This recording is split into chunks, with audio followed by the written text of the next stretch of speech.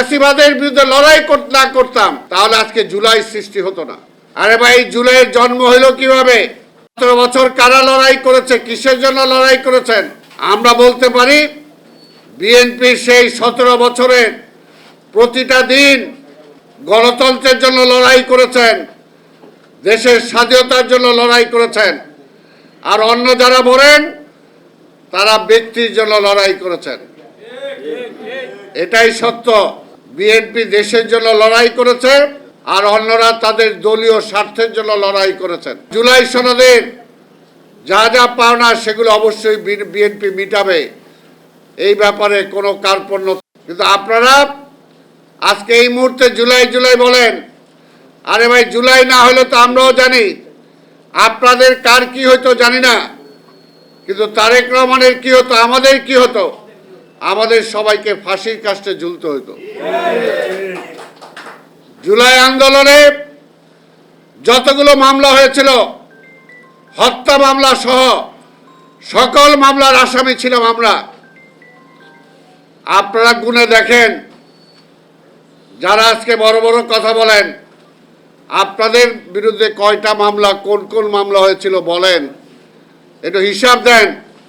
পার্লামেন্টে দাঁড়িয়ে না বলে জনগণের কাছে বলেন, জুলাই আন্দোলনের সময় যতগুলো মামলা হয়েছিল, হত্যা মামলা সহ, আপনাদের বিরুদ্ধে কয়টা হয়েছিল, আর বিএনপি আমাদের বিরুদ্ধে কয়টা হয়েছিল, এটা তুলে ধরেন। কাজেই সেই সম্পর্কে আমাদের দরদ নাই, এটা মনে করার কোনো কারণ নাই। তবে আমরা সবার আগে যেটা বলি, সবার আগে বাংলাদেশ। আমাদের নেতার স্লোগান সবার আগে বাংলাদেশ। কাজে বাংলাদেশটাকে বাঁচাতে হবে, বাংলাদেশের মানুষকে বাঁচাতে হবে। আজকে মধ্যপ্রাচ্যের যুদ্ধ, তেল সংকট এখনো হয় নাই, কিন্তু আপনারা দেশটাকে সংকটে ফেলতে চাচ্ছেন। বিদ্যুৎ সংকট এখনো হয় নাই, যখন আজকে বিদ্যুতের সম্পর্কে কিচ্ছুতা সাধারণ নিজে চেষ্টা করছেন, নিজের অফিসে এসি চালান না, নিজের অফিসে অতিরিক্ত লাইট জ্বালান না, কিন্তু আপনারা কি করছেন? একজনও তো ঘোষণা দেন নাই, একজনও তো ঘোষণা দেন নাই যে আমি 2 ঘন্টা বিদ্যুৎ অপচয় করব না। কেউ বলছেন? কেউ বলেন নাই। কিন্তু আমার নেতা কিন্তু কার্যকর করে দেখাচ্ছেন, কার্যকর করে দেখাচ্ছেন। দেশটা সংকটে গেলে লাভ কার? যারা দেশের বিরোধী শক্তি তাদের। কাজে আপনারা দেশটাকে কেন সংকটে নিয়ে যেতে চান?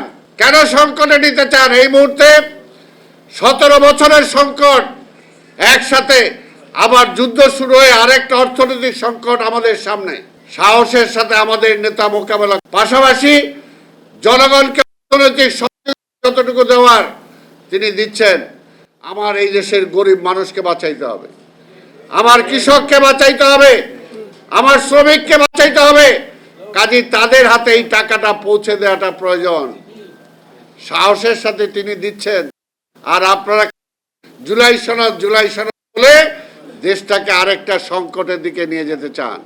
এই ফ্যাসিবাদের বিরুদ্ধে লড়াই না করতাম তাহলে আজকে জুলাই সৃষ্টি হতো না। আমরা তো প্রকাশ্যে বলেছি, সেই সময় আমরা প্রকাশ্যে বলেছি, সেই ফ্যাসিবাদের বিরুদ্ধে লড়াই করার সময়, এই লড়াই একা বিএনপির লড়াই না, এই লড়াই শুধুমাত্র তারেক রহমানকে প্রধানমন্ত্রী করার লড়াই না, এই লড়াই আপামর জনগণের স্বার্থের লড়াই। কাজে এই লড়াইয়ে যেদিন সাংবাদিক নেমে আসবে, যেদিন বিভিন্ন পেশাজীবীরা নেমে আসবে, ছাত্ররা নেমে আসবে, ব্যবসায়ীরা নেমে আসবে, সমগ্র জাতি যখন নেমে আসবে রাস্তায়, তখন সেই গণ অভ্যুত্থানের মধ্য দিয়ে শেখ হাসিনার পতন হবে। আমরা তো আগেই বলেছি, আমরা ভুলটা বললাম কোথায়? আমরা তো সবার অংশগ্রহণ চেয়েছি, তো ভুলটা বললাম কোথায়? কিন্তু 17 বছর তো আমরা রক্তটা দিয়েছি। আমাদের বহু ভাই বোন গুম হয়েছে, তাদেরকে এখন আমরা খুঁজে পাই নাই। আমাদের বহু ভাই পঙ্গু হয়েছে, যাদের সেই অঙ্গ, যাদের সেই চোখ, হাত, পা আমরা ফিরে দিতে পারি নাই। এগুলো কি দেশের জন্য, গণতন্ত্রের জন্য, স্বাধীনতার জন্য বিসর্জন নয়? আমরা তো দিয়েছি সেটা, কিন্তু আমরা সেটার বিনিময়ে আমরা কিন্তু কিছু চাচ্ছি না। আমরা চাচ্ছি দেশটাকে গণতান্ত্রিক পন্থায় ফিরিয়ে নিয়ে যেতে। আমরা চাচ্ছি এই দেশের মানুষের ভাগ্য উন্নয়ন করতে। সেই ভাগ্য উন্নয়নের জন্য আমাদের নেতা মাননীয় প্রধানমন্ত্রী তারেক রহমান প্রতিটা দিন, প্রতিটা ঘন্টা, প্রতিটা মুহূর্ত তিনি লড়াই করছেন।